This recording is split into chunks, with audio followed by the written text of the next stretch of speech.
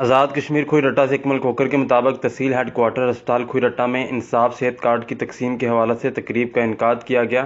تقریب کے مہمان خصوصی اسسٹنٹ کمشنر کھوئی رٹا سید نسیم عباس شاہ تھے۔ تقریب کی صدارت MSTHQ ڈاکٹر اسحاق نے کی۔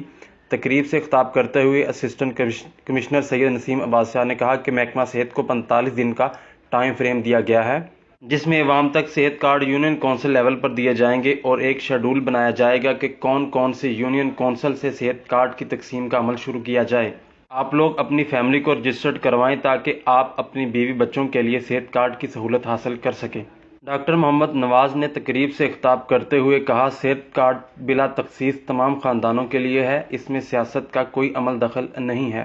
ایک خاندان کو ایک صحت کارڈ ملے گا جس میں وہ اپنے بیوی بچوں کا علاج کروا سکے گا۔ یہ کارڈ ہر فرد کے لیے نہیں بلکہ ہر ایک خاندان کے لیے ہے، خواہ وہ کسی بھی کنبے، قبیلے یا جماعت سے تعلق رکھتا ہو۔ صحت کارڈ کی سہولت سب کو ملے گی۔